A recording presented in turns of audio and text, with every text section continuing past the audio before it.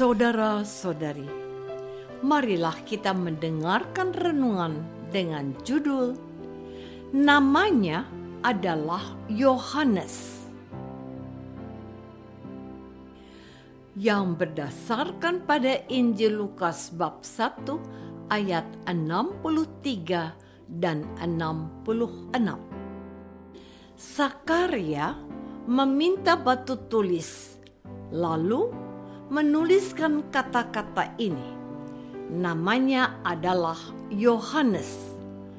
Dan mereka semua heran. Semua orang yang mendengarnya, merenungkannya, dan berkata, menjadi apakah anak ini nanti? Dalam nama Bapa dan Putra dan Roh Kudus. Amin. Saudara-saudari terkasih dalam nama Tuhan Yesus Kristus. Ketika didatangi oleh malaikat Gabriel, dia diberitahu bahwa ia akan menjadi ayah dari seorang istrinya yang sudah tua dan mandul. Ia harus memberi nama Yohanes kepada calon putranya itu. Karena ketidakkepercayaannya, Sakaria dihukum tidak bisa bicara dan menjadi bisu hingga kelahiran anaknya. Tidak dijelaskan bagaimana Elisabet tidak setuju bahwa anak itu diberi nama Sakaria, melainkan ia berkata, "Jangan, ia harus dinamai Yohanes." Tentu saja ini tidak sesuai dengan adat kebiasaan mereka. Orang-orang itu berkata kepada Elisabet, "Tidak ada di antara sanak saudaramu yang bernama demikian." Apakah Sakaria pernah berkata tentang pesan malaikat kepadanya? Atau mungkin Gabriel malaikat itu juga mendatangi Elisabet? Namun catatan tentang kebenaran itu tidak ditulis oleh Lukas penginjil. Yang menarik bahwa Elisabet sepakat dengan usulan nama untuk anaknya dari sang malaikat yang telah menampakkan diri kepada suaminya Sakaria. Arti nama Yohanes itu adalah Yahweh memberikan karunia. Jadi, kehadiran anak yang sudah tidak mungkin untuk manusia yang sudah usur dan mandul itu adalah karunia dari Allah. Sebab bagi Allah tidak ada yang mustahil. Saudara-saudari terkasih, setelah Sakaria menentukan dan menulis nama putranya adalah Yohanes, seketika itu juga terbukalah mulutnya dan terlepaslah lidahnya. Lalu ia berkata-kata dan memuji Allah. Peristiwa ajaib yang menyertai kelahiran seorang putra Imam Sakaria membuat orang-orang yang ada di sekitar mereka ketakutan. Dan mereka membicarakan peristiwa itu dari mulut ke mulut.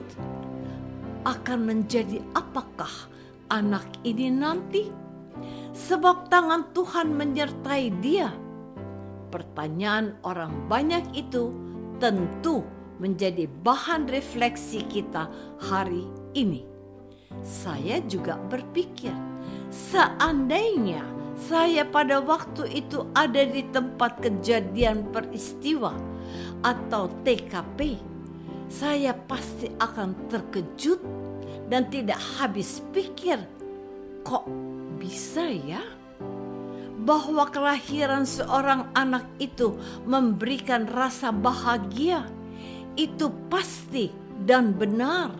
Bahwa kehadiran seorang anak itu memberikan masa depan yang didoakan agar ia menjadi anak yang berguna bagi bangsa, negara, dan agama. Tetapi mengapa mereka masih bertanya, akan menjadi apakah anak ini nanti? Saudara-saudari terkasih, misteri dan keajaiban yang menyertai kelahiran anak Zakaria bukan saja mendatangkan rasa sukacita, tetapi juga mendatangkan rasa penasaran. Lukas memberi garis bahwa tentang kisah kelahiran Yohanes ini, sebab tangan Tuhan menyertai dia, dan anak itu bertambah besar dan makin kuat rohnya. Dan keterangan singkat Lukas ditambahkan, dan ia tinggal di padang gurun sampai hari ia harus menampakkan diri kepada Israel.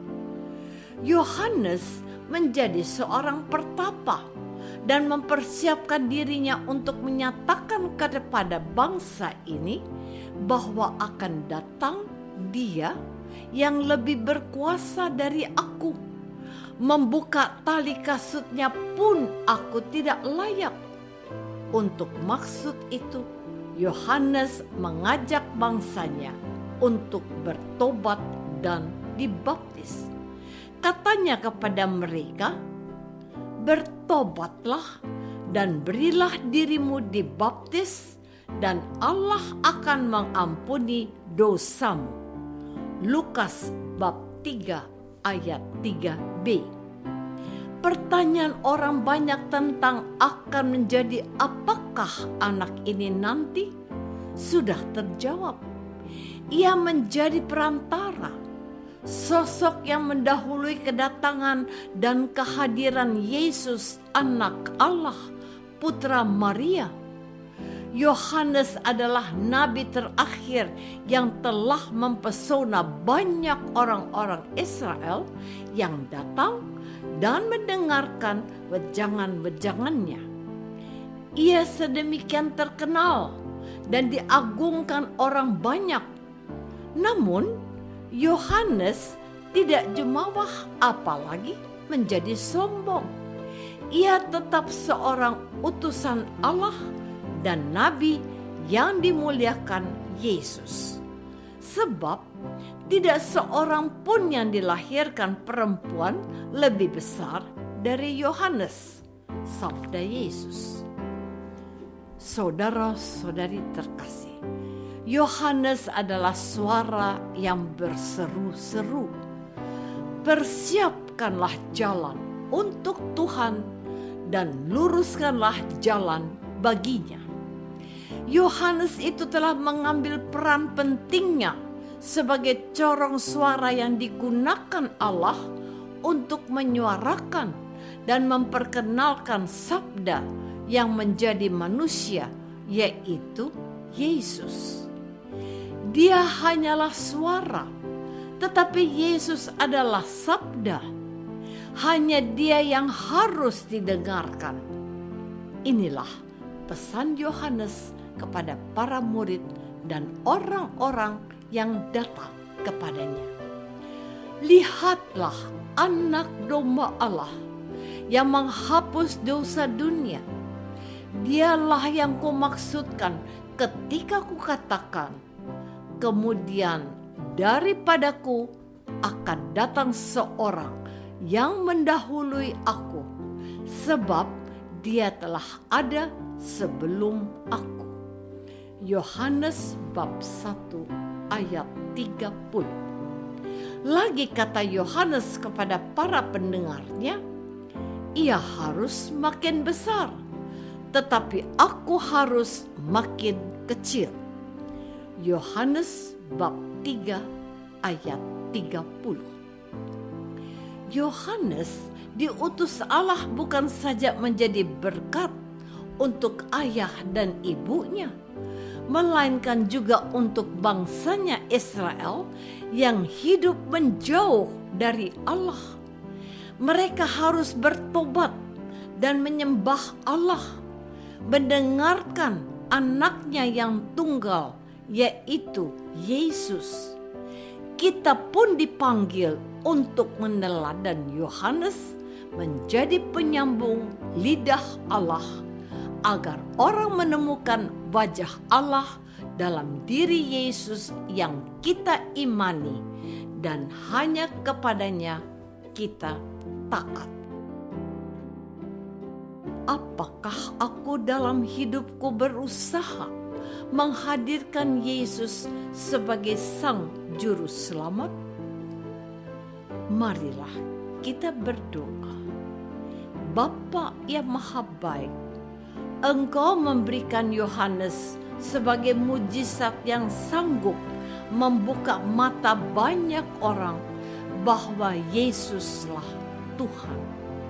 Bantulah kami menjadi seperti Yohanes, memperkenalkan Yesus sebagai Juru Selamat dunia kini dan selamanya.